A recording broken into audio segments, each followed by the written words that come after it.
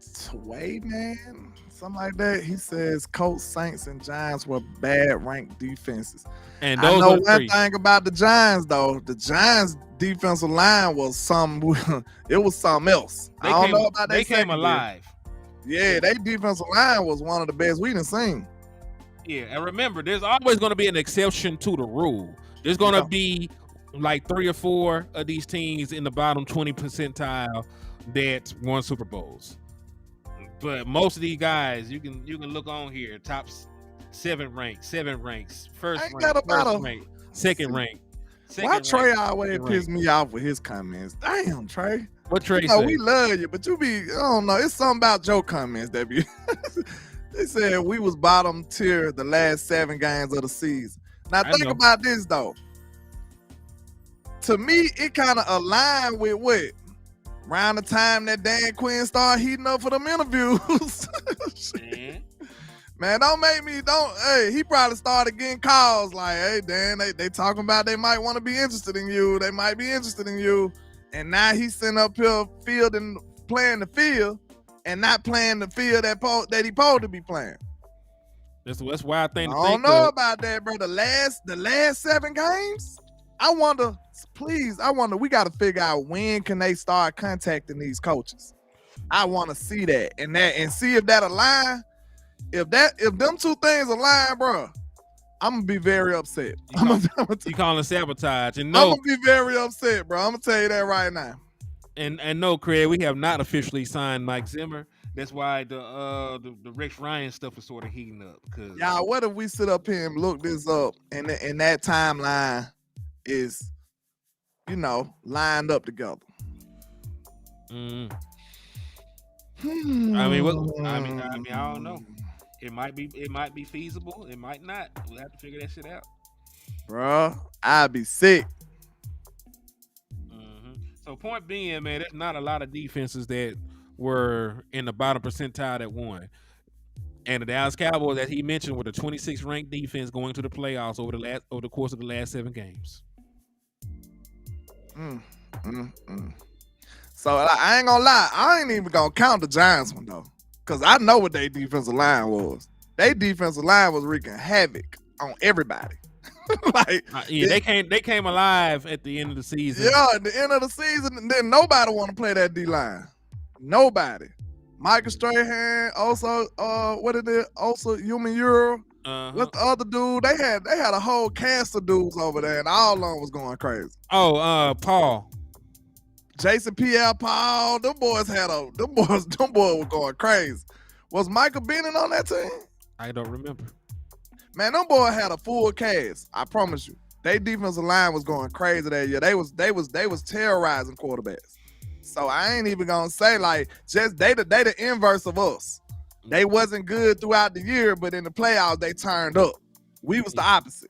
Yeah, Coughlin had them boys. Them boys had a cast, boy. I'm telling you, them boys weren't playing. So I ain't even gonna count that Giants one because I know what they did. I seen what they did.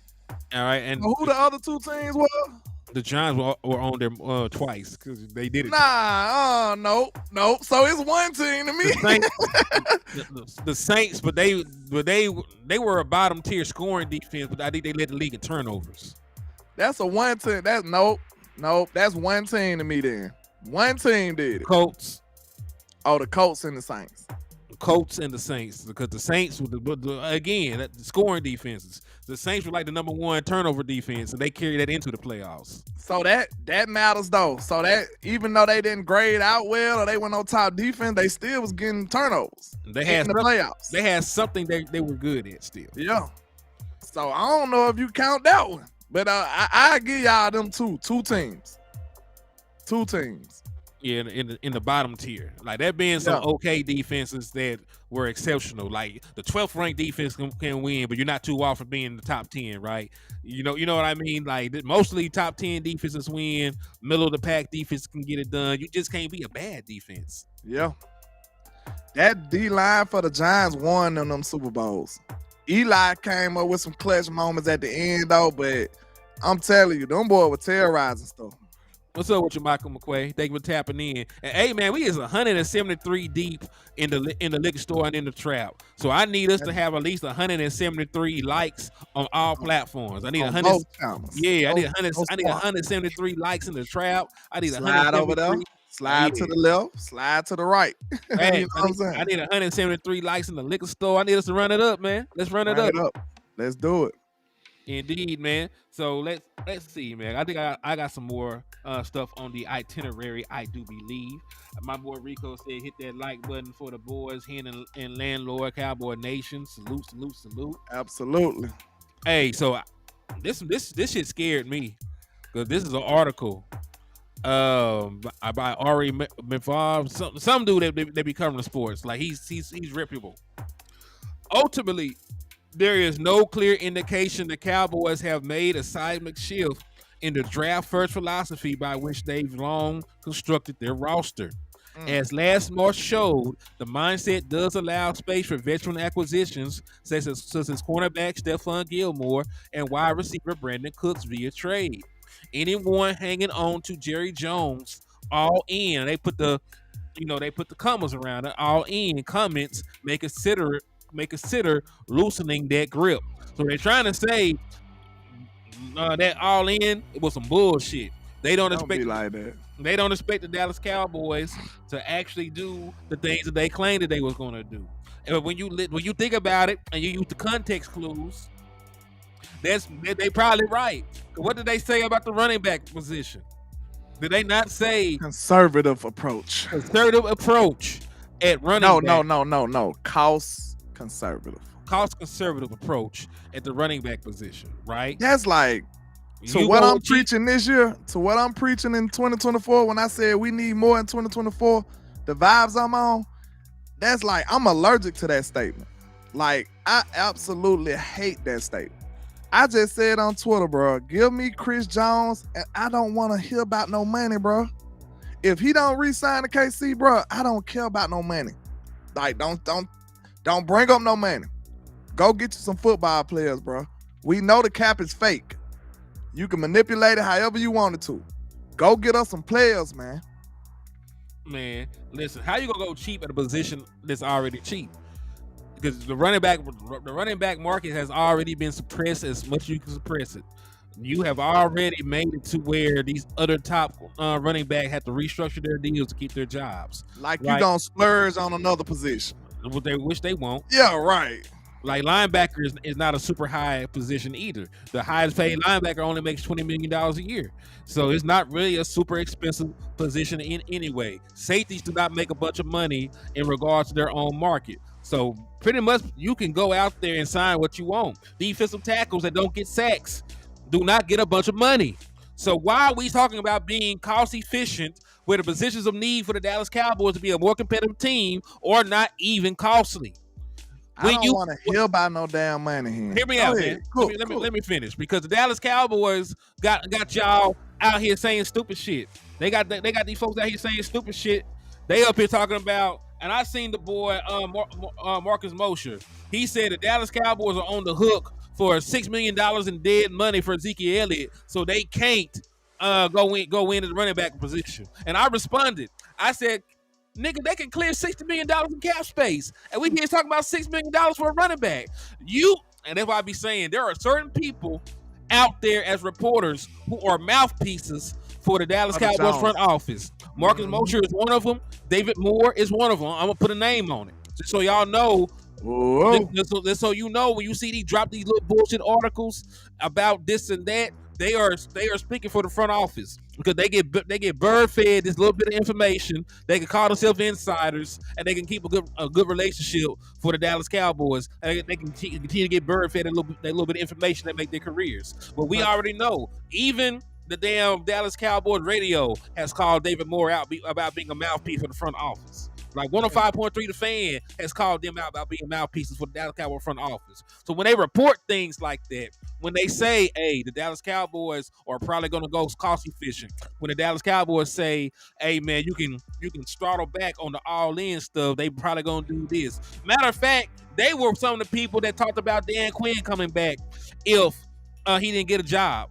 They were trying to lighten the blow for the Dallas Cowboys fan base for when he came back and they went to me with open arms. And remember, it took 2 people withdrawing their name for coaching candidacy for Dan Quinn to not be back in Dallas. So what I'm trying to tell y'all is when these people talk and they say the things that they say, you need to listen because they out here trying to put you on game what the damn Dallas Cowboys are planning to do. So they are not finna go out there and do the thing that we said they need to do to be successful this year. They already pretty much said that. With the talk about being cost conservative at the damn running back position, with the talk about possibly having these other situations where you don't give Dak Prescott an extension, right? With all that other talk out there, there's not made up bullshit. They are speaking and helping the front office negotiate through the media as they always do. They testing the waters through them.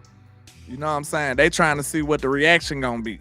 Let me see what they'll say if we do this. Let's put it out there and see what the reaction is. You know what I'm saying? They testing the waters.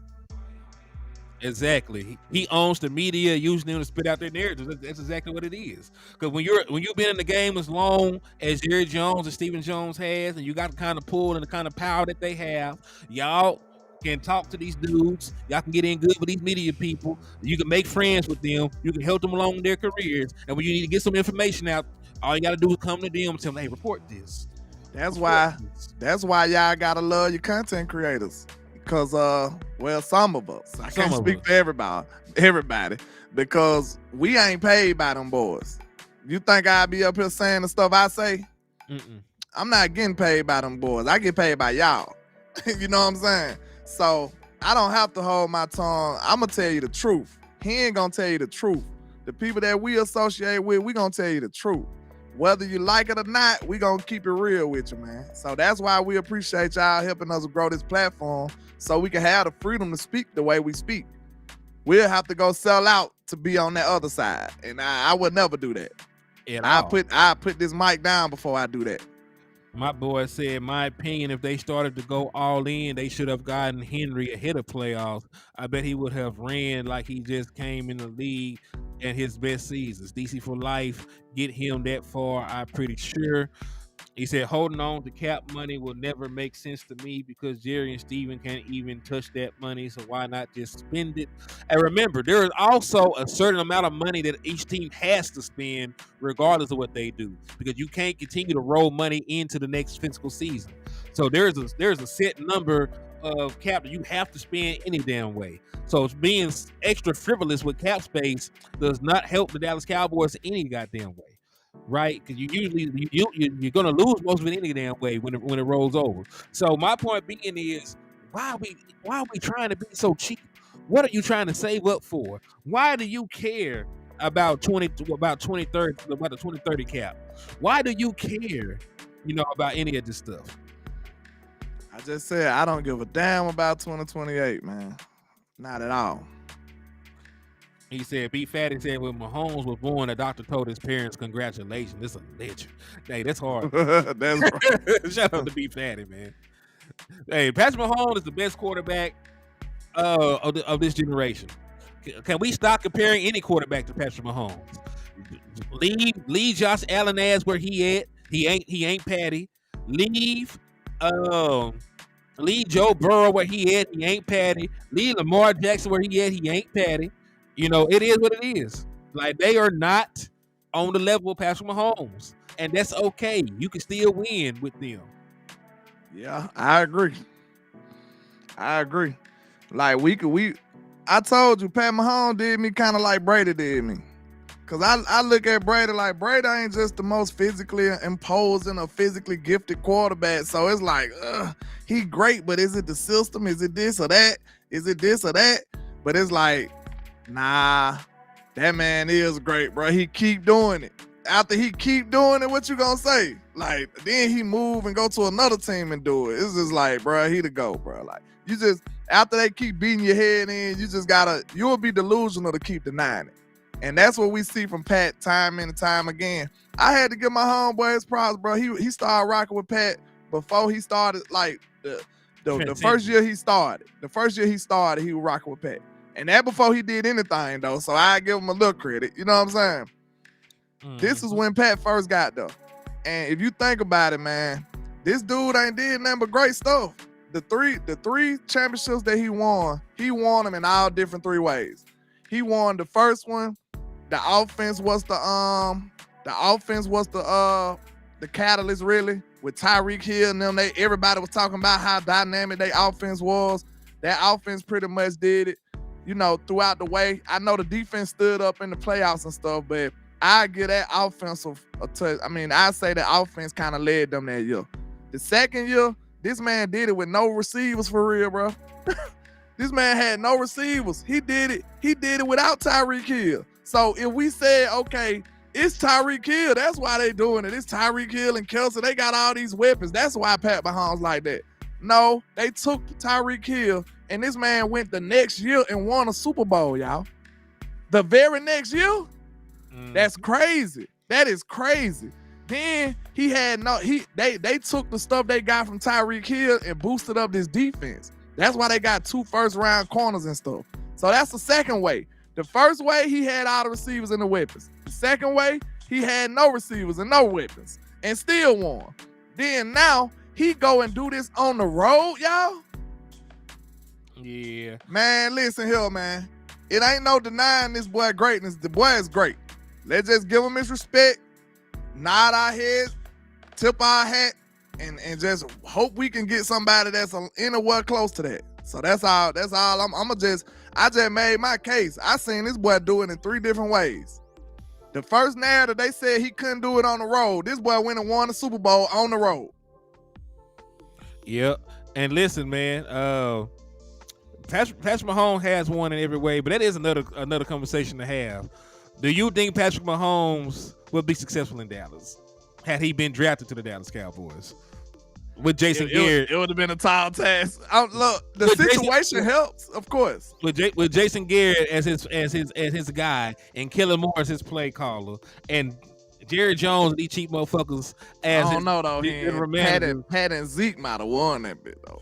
By the time Zeke got Pat and Zeke might have won that bit in 2016, bro. I don't know. He didn't get drafted in 2016. No, I'm just saying, like, if you just said if he was Dak, basically. No, I was talking about coming in 2017.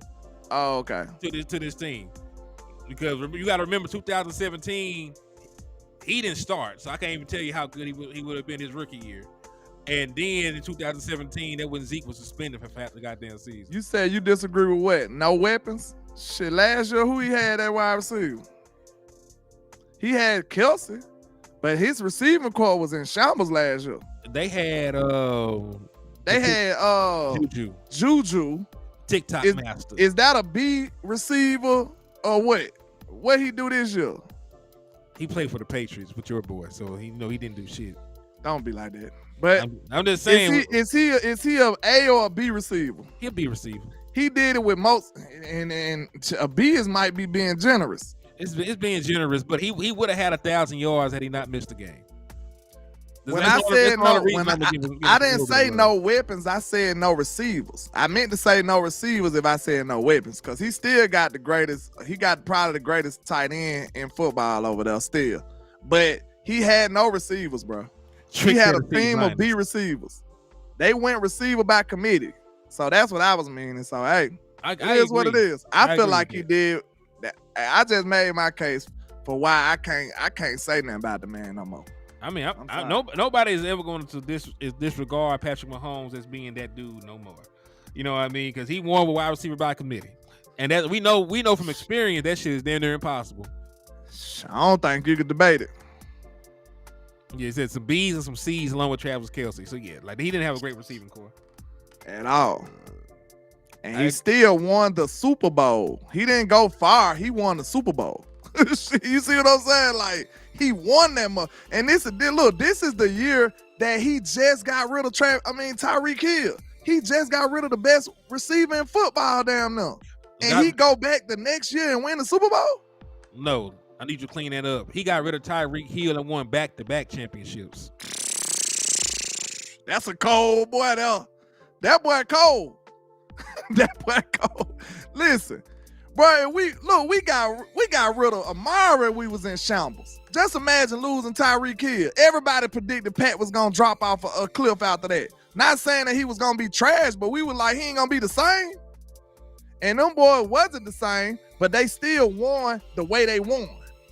Hey, you know what else helps them though in terms of that? What? Playing in that division. What you mean by that? You gotta also remember this. 10 wins that division every time around. So even them taking a step back this year, they were only 10-6 in the final game of the season when Patrick Mahomes and them set out. Playing in our division, you need 12, 13 wins to win the damn division. So even if they take a step back, we seen that Justin Herbert ain't fucking with them. We seen the Raiders don't know what the hell they doing. Broncos ain't got they shit together. I give you that, but you gotta look at them little wins. They helped them. But I'm also talking about like last year we went on the road as a 12 win team, and they at least had one home playoff game to get them over the hump. Can we say for certain if they played that game in Miami, it would have went the same way as a starter? We know what Miami and Tua can do in sunny Miami. In Miami, yeah. And that's the only thing I'm saying. Like, you at least get one playoff game a year over there. Like, the last time that we even won a playoff game, we went on the road. Damn, I forgot they lost Airbnb too. Yeah, lost them boys still won the Super Bowl. Like, man, y'all better quit playing with man. Look, I never say nothing crazy about Pat no more, bro. I'm sorry. Hey, you call me what you want. Nobody's saying anything. I ain't saying nothing crazy about Pat no more, bro. I'm not. Yeah, I'm just talking in general how they deal is set up. Cause they can afford to figure their shit out as the season goes on. I don't think got rid of they offensive coordinator and still won the Super Bowl. That's what I'm saying though. Like they have leeway to figure shit out because their division is awful. The issue is the Dallas Cowboys division has also been awful at points. We haven't taken advantage of it. I was just about to say we done had some opportunities. We've had some opportunities and we didn't take care of it. But I'm just talking about their setup year in and year out. There's never been a year where anybody in their division has been good. Yeah, it been brother. Eagles just got good though. Our division been kind of terrible though.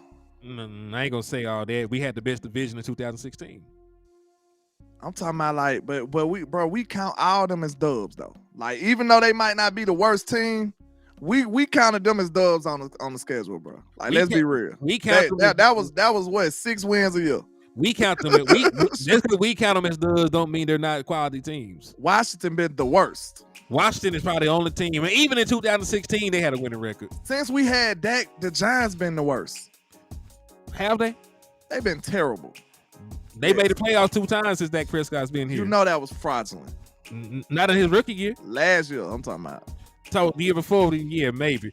You also got to think about it though. Reverse that. They were a 9-18. If we had lost to the Giants, what are they? An 11-win team?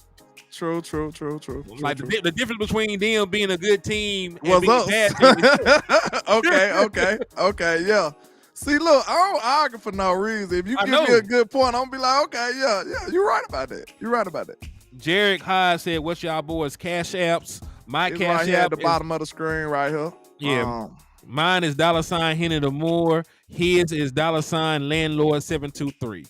Absolutely, but yeah, that's a good. See, that's why I look. You'll never catch me up here debating for something that don't make sense. That was a good case he made, and I'm like, yeah, okay, you're right. You know what I'm saying? Like, I do the same thing. That. I do the same thing with Landlord. Simple as that. He right. He said, hey, the difference from them being a good team was the Cowboys, and when you put it that way, it's like, yeah, they could have been a double-digit winning team then. And you got to remember, like, that game on Thanksgiving was not nip and tuck.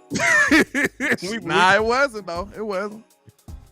Yeah, my boy said I usually say we go 5-1 in the division because last game we play is always a division game, and most times it don't matter, which is also true. So that's what I'm saying. Like, so we ain't gonna say that the division was absolutely horrible, bubble dub trash. We ain't gonna say that, but we can say this though. We looked at them like dubs. And that right there means that they couldn't be that great though. Like, can we agree right there? Can we find the middle ground? Yeah, and I'm gonna say it like this: the Dallas Cowboys are too good because we always think that because we usually have talent. We got the better quarterback usually. We got the better wide receiver. Most of the time before this year, we felt that we had the better defense. True. So like usually when we go into these battles with these divisional rivals, we feel like we're better. So we always feel like we'll beat them. And the issue is like we're good enough to beat the shit out of them in the East, and then we turn around and we get folded by the other division winners or these other guys in these other NFC in the NFC. So it's just weird. He said, "What you learned from Chiefs, Alex wasn't reason they lost in playoffs, but he wasn't reason they won. They upgraded the most important position. They didn't settle and blame everyone and anything else." That's true, but you also got to remember, you don't just look into a Patrick Mahomes. Because other teams tried the same thing. Like, they did the same thing with the Chargers. They thought Drew Brees wasn't him, and they moved on to Phillip Rivers, and we saw how that shit turned out. Another team got a future Hall of Fame quarterback, and they didn't really upgrade their position. You can say the same thing with the Buffalo Bills. They felt they didn't have the quarterback in place. They found them a quarterback, and they still can't get over the hump. So I understand what you're saying. Like, you can swap out a quarterback and try. But the thing is, swapping out a quarterback, you gotta for sure find somebody you believe has more talent and more upside in the quarterback that you brought in. Also, Alex Smith was in year 12 when they moved on from him. It wasn't like they moved on from Alex Smith before a decade in the league. Alex Smith had already been on 2 teams, had already tried. They already knew what Alex Smith was. And Alex Smith was not an all-pro quarterback. Let's throw that out there. Alex Smith made 3 Pro Bowls. Dak made 3 Pro Bowls, but Dak Prescott also led the league in touchdown passes and was an all-pro quarterback. So if you're going to move on from Dak Prescott, which is fine, find me somebody that has a way higher upside, and then also find me a way that Dallas Cowboys can get them without gutting their team. Wait one gosh darn minute. I just got an email that says I just reached 1 million views on my channel. That's what's up. Hey, shout out to the landlord, That's man. what's up, my man. boy got 1 million views on them boys, man. Got 1 million views on the channel, man. Thanks to y'all, man. I appreciate y'all, man. Darn, that's to see that M on there. That's different though. I ain't gonna cap. Like I look at most of it just numbers, you know what I'm saying? But when you see that many digits on that thing, it hit a little different, man. It hit different. It hit a little different, man. I appreciate y'all for all the support over the years, man. That's crazy. Wow. Let me see. Yeah, that's wild. He said, "Do y'all agree with Law saying they was tired because Gilmore's cook said no such thing?" You know what we said. Matter of fact, you might not have been here on the show, but we didn't agree with that. Yeah, we had a good discussion on that too. Cause I understood, but it's like, dang, you know what I'm saying? Yeah, I said it was the culture difference. Yeah. I said them boys ain't from here. Yeah, you got to remember, like both of them played under Bill Belichick at one point. Brandon Cooks played under Sean Payton. Brandon Cooks played under Sean McVay. So he done played under 3 championship coaches. I don't think that's the standard that they would set anywhere. From that perspective. And we also know that Gilly won a championship with Bill Belichick. So I don't think they look at the shit the same way. You can't. Yeah. They like, man, they stopped that shit so quick. Sooner they said, "What do you feel about D-Law saying that you was tired?" "Oh, we don't know what that is. We ain't never heard of that." Like they was like, oh, we don't talk like that. You know what I'm saying? He said he believed we change our backgrounds, we'll jump up to 10,000 subs. Well, we can't let them. You said we too regular over here. That what you trying to say, sir? Either that or we can't let them know we Cowboys fans. It's one of the two.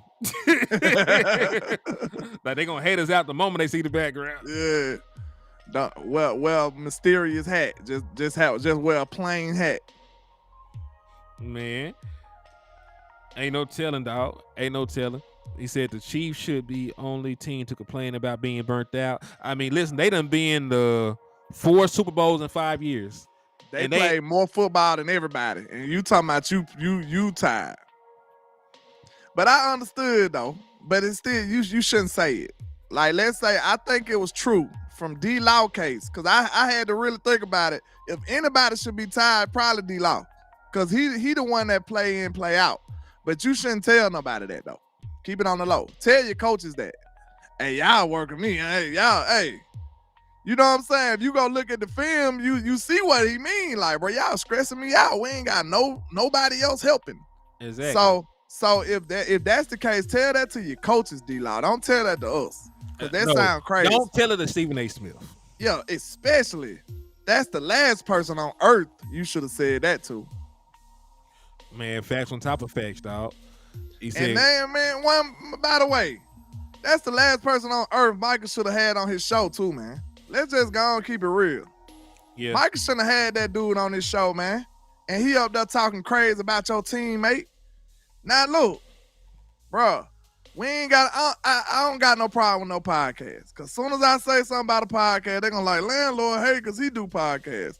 I'm not talking about the podcast, man. Listen, that's what I'm saying. Don't Dak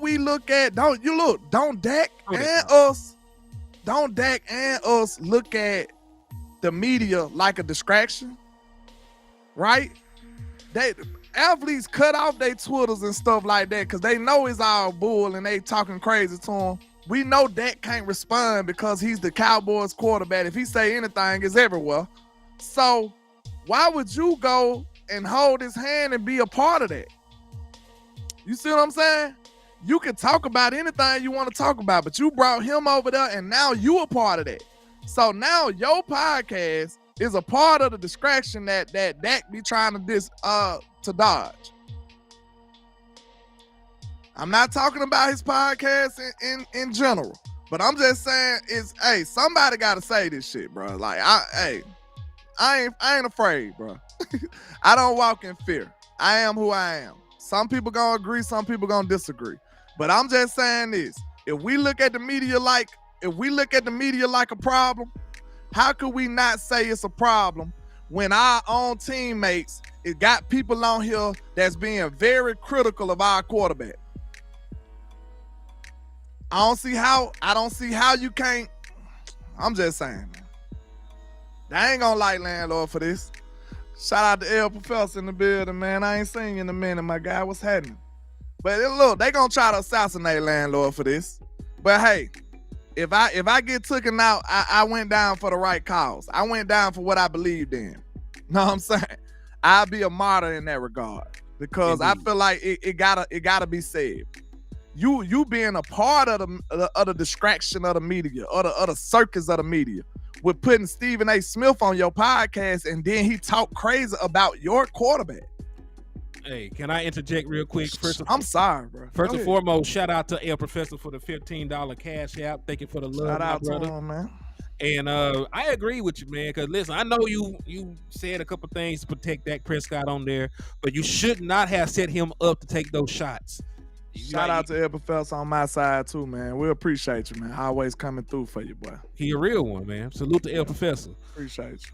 And this the thing though, man, like you put him in position to take these cheap shots at your quarterback, and you weren't really out there, standing on business like that, in my opinion.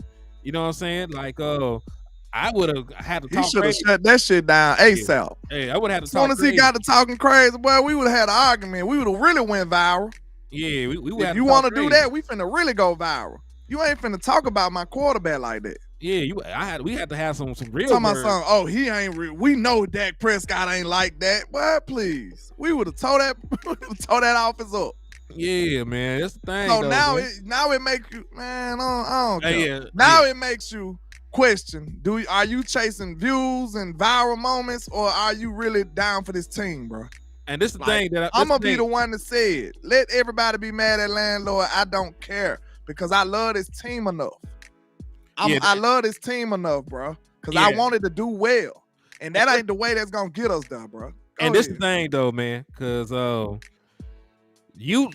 are certain people that you don't need to associate with. If you really down with your player like that, man, like I wouldn't bring nobody in that don't rock with Dak Prescott like that, man. I couldn't do no show with no Stephen A. Smith. I couldn't do no show with the weird light skinned dude that be he with cool with Shady too.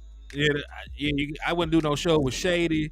Like, I get it, you know what I'm saying? I get it. You're a podcaster, so you try to talk to all these people. You should be a football player and a teammate first. And that's all we saying. You should be a football player and a teammate before you're anything else. If you put yourself in awkward positions talking to these folks. Just like J. Lou had to share the shit that you let Jordan Love take those shots at your secondary. Like he said, perfect example, and I ain't even remember that, man. That's why you gotta love him, man. Get on it, bro. Get on it, bro. Don't hold back. Get on it. Damn that, cause we don't want to be mad this time of year next year, bro. Screw that. I'm sick of being mad every off season, bro. Let's tell the truth about this team, bro. Screw that shit. Cause listen, man, I get it. You up here asked a very football related question, but you still should have had a different response other than sure. When he was talking about he knew his wide receivers could handle your secondary. You should have said, and we went in thinking my secondary, we're going to shut y'all boys down. Y'all played a good game, whatever. But don't just let him take those shots, man. Like, yeah, man, we thought in our mind it was our bad, man. Us as the pass rush didn't do enough to help the secondary out. You should have just giggled and said, yeah, sure. Man, Michael said, sure. Yeah, true. He said something like that. Like, yeah, true. He said, yeah, for sure. Yeah, that's what he said. He said, yeah, for sure. For sure. For sure, our cornerbacks wouldn't be able to mess with them boys.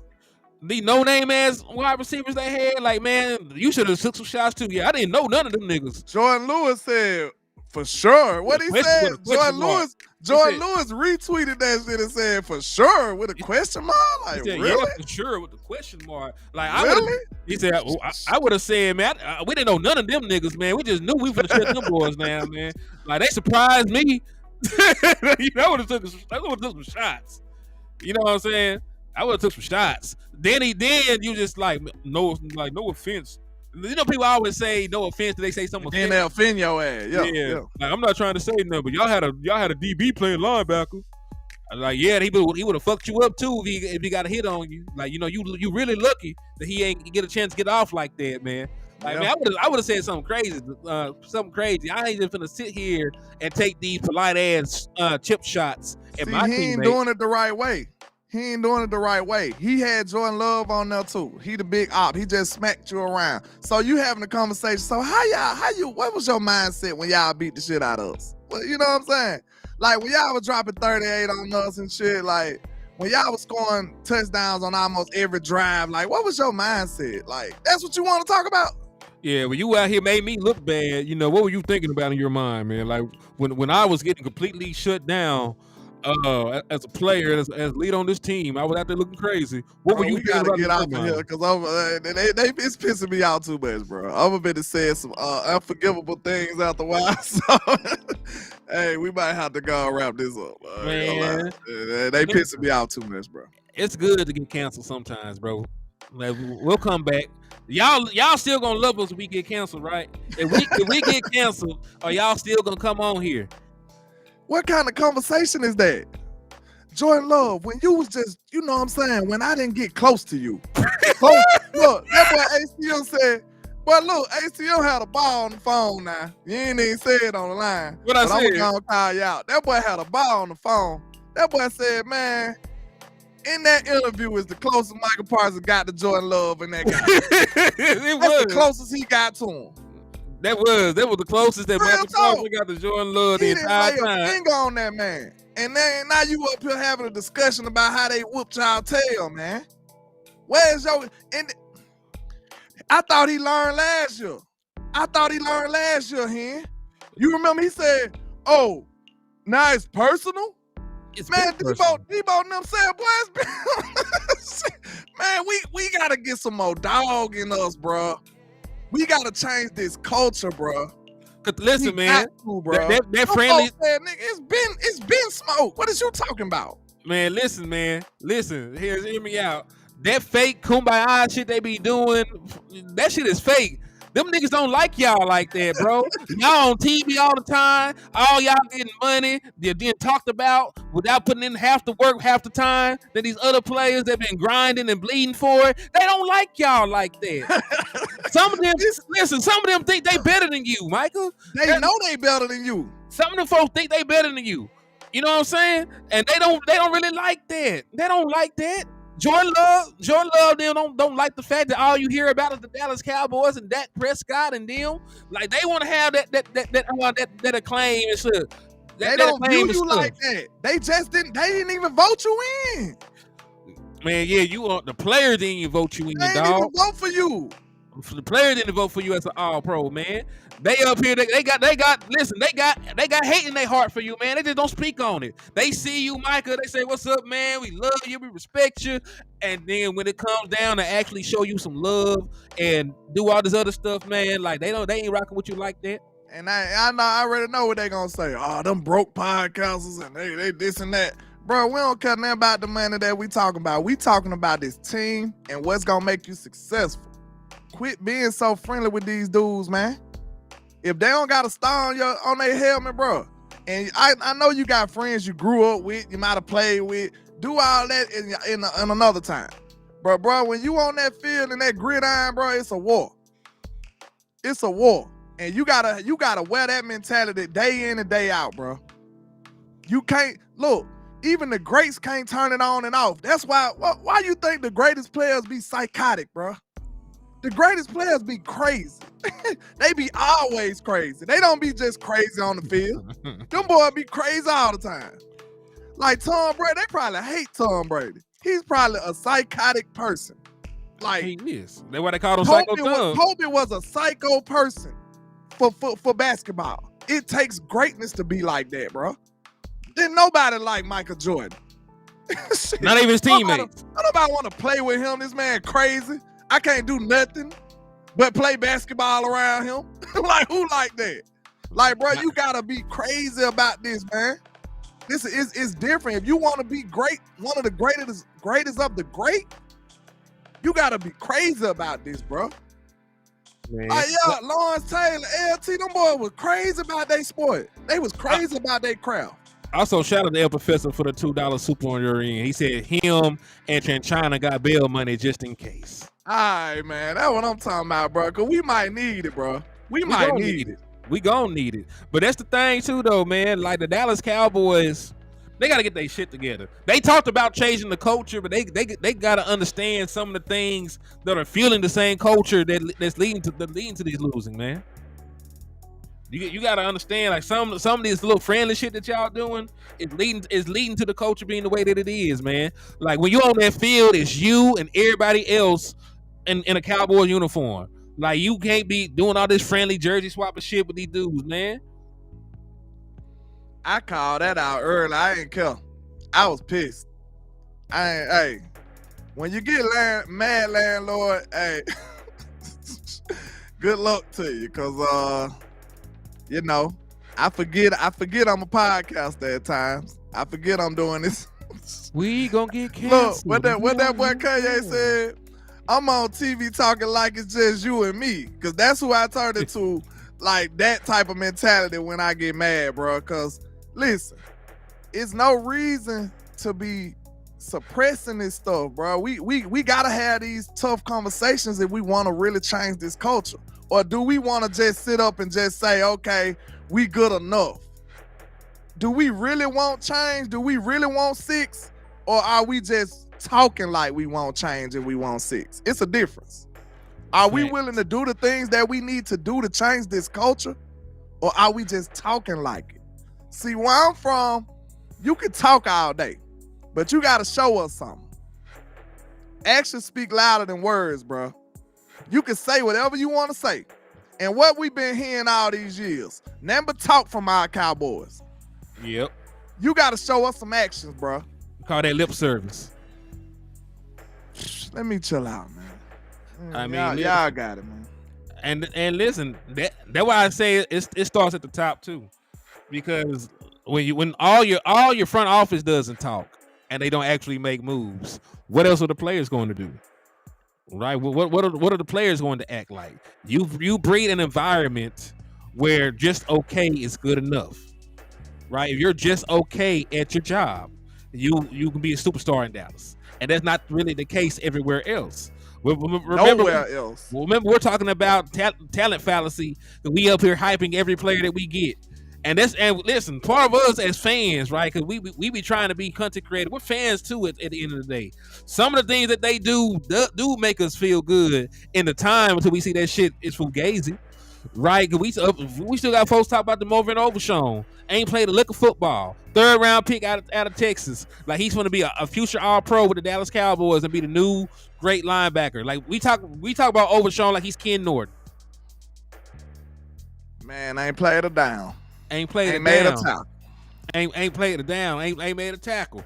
We talked about, Lord forgive me, I got nothing but love for the brother Marquise Bell. But we talked about Marquise Bell like he was finna go crazy as a safety playing linebacker, and he did good for us for a while. But He eventually did what he can do. But Exactly. it's still, this ain't nothing on the players. We shooting at the culture right now. The players ain't did nothing. It's they ain't did nothing but show up, bro. It's us and the front office and the environment that they built. That's what it is. That what I said my slogan is for this year: snobby support. We need to be snobby with our support. It's crazy. A whole snob. Huh? It's crazy when you think about it. We shouldn't have to be selective with how we fan, but it's so toxic over here, man. We have no choice. Yeah, because it's so many of our fans that even if a strong amount of them don't feel that way, they still gonna get a whole lot of support to make them feel like they make their head big and make them feel like superstars. Know what I'm saying? Mm-hmm. That's just what we dealing with in Dallas, bro. We give them everything when they come here. As soon as they get the star on, they Twitter followers go up. They everything go up. Now they got a platform all of a sudden. Boom. First day.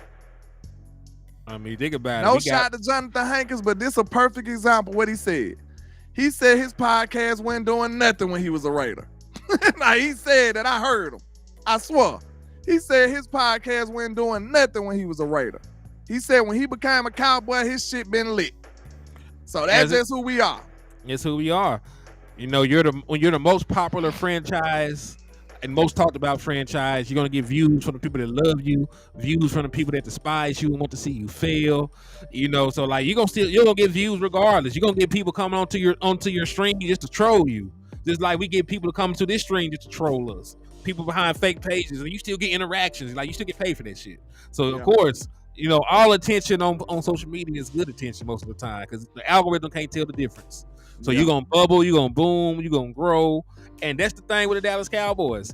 It's the same thing. If you're only an okay player in Dallas, you'll probably get paid. Think about this: if all me and him was shooting for, I guarantee you we wouldn't be saying these things we've been saying. Hell no. If all we was shooting for was views, clicks, and likes and growth, and money, we wouldn't be saying this stuff. I tell you that much. Boy, we might not ever have a relationship with players like that. We be talking. We wouldn't be speaking truth like this. I guarantee you that. Yeah. I guarantee you that. This is not wait a minute. This is not an effective business strategy.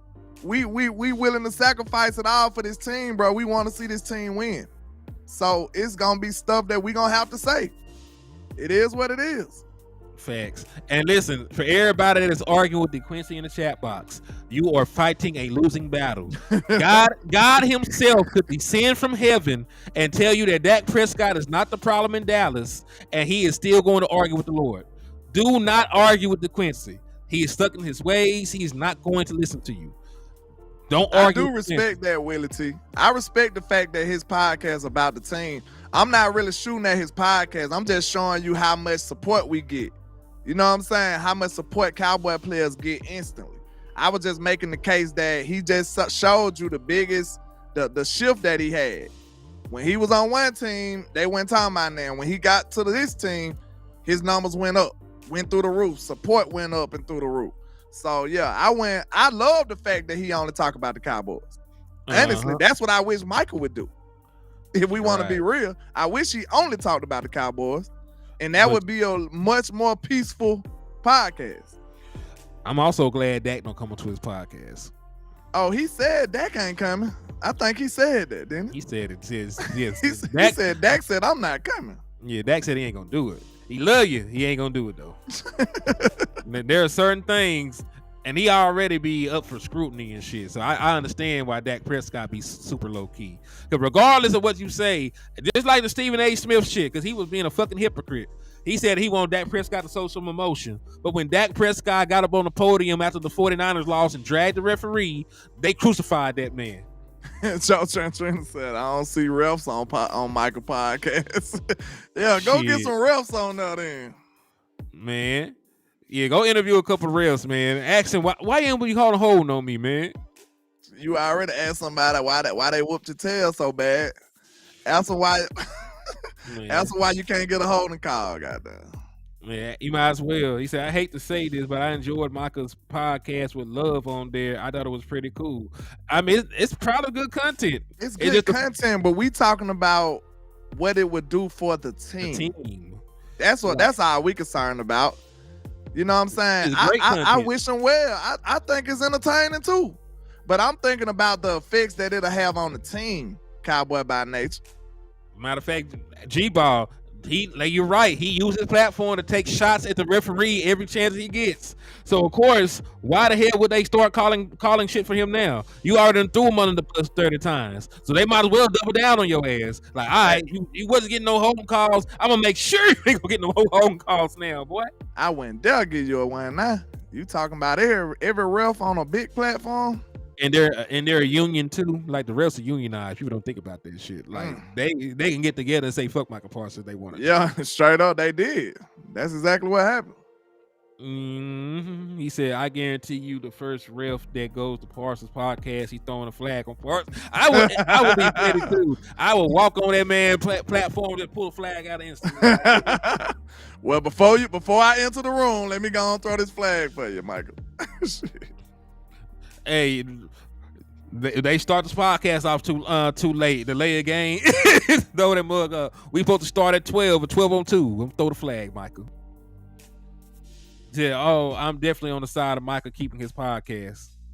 I mean, you could be on the side of him keeping it, but you got to also understand what comes with that shit. Oh, we ain't said he shouldn't keep it. I ain't say get rid of it. We ain't say nothing like that. Now, we support him getting his money and doing what he do. I just don't like the controversial stuff that's affecting the team. You know what I'm saying? Stephen A. Smith don't need no platform to talk about the Cowboys. I say that. And you knew he was going to say something about the Cowboys. And you knew he was going to take a shot at Dak Prescott.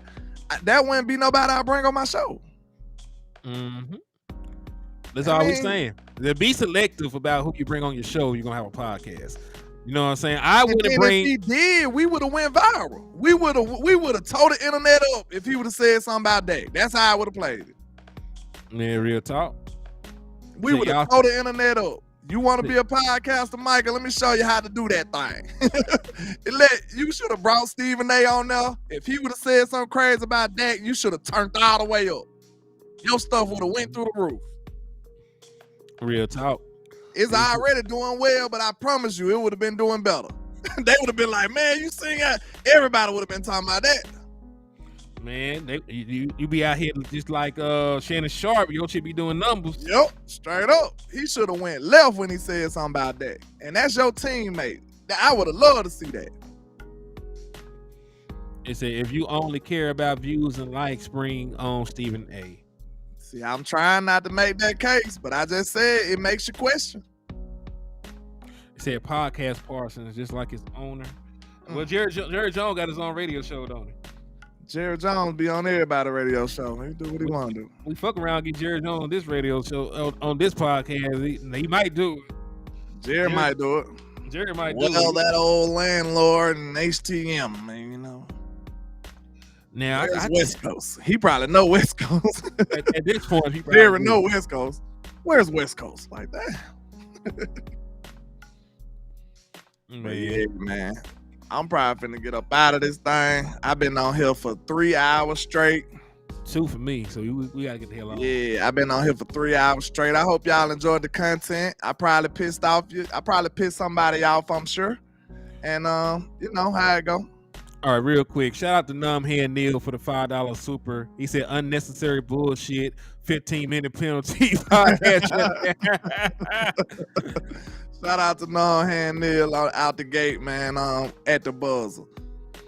He Yes, said sir. when Dallas got the doors blown off of them by the 49ers is when Michael should have hung up that podcast. We need to skip the Hollywood route and get physical. That was like, dog, I don't know, man. Like that still rubs me the wrong way, thinking about how that defense played. And then thinking about Michael Parsons and his response to the "fuck Dallas" shirt. That's when he said it was smoke. Like I didn't know It's personal. it be all the time. All the time they didn't beat you up, dog. This is Bro, Debo and them said it, bro. They was like, it's been personal. What you like talking about? you are the Dallas Cowboys. We are the 49ers. We got smoke. That's like if you cripping and you gotta ask the blood nigga if it's smoke. Like, no, we just killed your cousin. I ain't gonna lie, bro. I'm pretty sure they do that, but we need to make sure we what can I say? We need to make sure we stress the history of these teams to these young players, bro. Like, let them know exactly what happened, like why we hate the 49ers, exactly why we hate the Eagles. I'm sure they probably do this to a certain degree, but they need to really drive that home to some of these people. Like, for real. Because it don't seem like they do. Now, I understand you got friends and stuff on these teams, because we can't say that. You've been playing football your whole life. You got family members on some of these teams. You got close friends that you grew up with, went to college with. I understand all of that. But you just got to be able to separate the two, man. You got to compartmentalize it. Yeah. Especially for the dude that you don't have a relationship with before he got to the NFL. Like, I don't think he knew Debo Samuel or none of these dudes before then. This should be smoke any damn way. Like, you play for a rival team, and I don't get it, because they have the right energy for Philly. They have the energy for Philly. Why you can't find it? Why you can't find the energy for the 49ers? And they the one that actually the ops. That man said F Dallas. So next year, you should know it's personal. Whenever we play them boys again, it ain't no thought about I didn't know it was personal. I gotta get out of here before my blood pressure goes up, bro. Yeah, man. Let's go ahead and wrap it up, man. We appreciate all the love and support. Landlord just hit that 1M, so y'all make sure y'all hit that like for your boy, man. I'm trying to turn it up, man. Let's go to 2 million. Indeed, man. Help my boy run his numbers up, man. Help me run my numbers up. I'm trying to get to 2,000 followers. I'm at 18 something. So help your boy out, run them up. Run them up. We appreciate y'all. My boy said keep my blood pressure down. I'm gonna try. I'm gonna get out here and drink some water. You know, I'm gonna drink some water, listen to some meditation music. Matter of fact, let me go ahead and start meditating on the way out the door. I'm gonna play some of these nature sounds and shit. We gotta get our mind out of this. We gotta keep our mind off of that. Let me see if I can hear it. Hear the birds chirping in it, you know. Birds chirping. Manifest this 6th championship, please. It's a beautiful day in the neighborhood.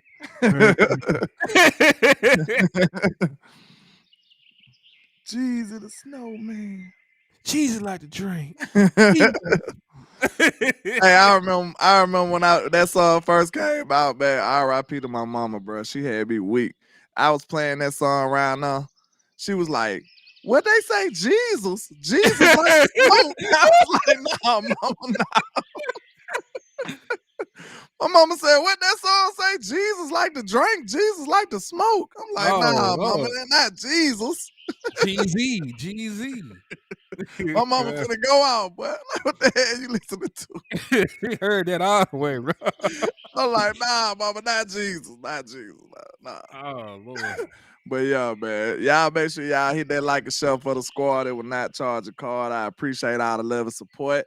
Make sure y'all support Landlord and HTM Sports, man. Let's get it. Indeed. It's your boy, Henny the Moore, reporting live from the liquor store, man. Thank y'all for everything. We finna run these numbers up. We continue dropping this dope content, continue speaking the trill. And we gonna holler at y'all though, man. This the off season. Happy off season to y'all, man. We finna come on with the rest of this dope content. So rest time you see us, free agent talk, draft talk, personnel talk, and it's up from here until September.